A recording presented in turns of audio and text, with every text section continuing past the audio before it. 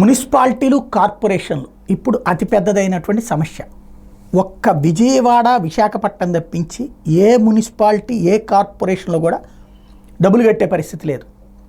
జీతాలు ఇప్పుడు పారిశుద్ధ్య కార్మికులకు జీతాలు ఇచ్చే పరిస్థితి కూడా లేదు.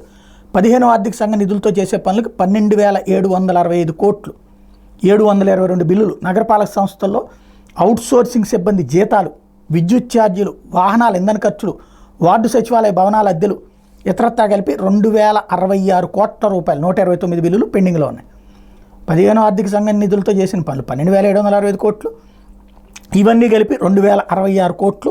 రాష్ట్ర వ్యాప్తంగా ఉన్నటువంటి మున్సిపాలిటీల దగ్గర వీటి దగ్గర బకాయిలు ఉంటే కార్పొరేషన్ల దగ్గర 14,831 కోట్ల బిల్లులు పెండింగ్లో ఉన్నాయి.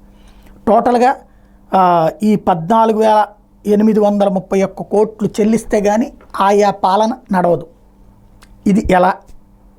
ఇప్పుడు ఆ 14,831 కోట్లు రాష్ట్ర ప్రభుత్వం ఇస్తుందా, లేదా నిధులు దారి మళ్లింపు జరిగితే వాటి మీద చర్య తీసుకుని ఆ నిధులు వెనక్కి తెస్తారా?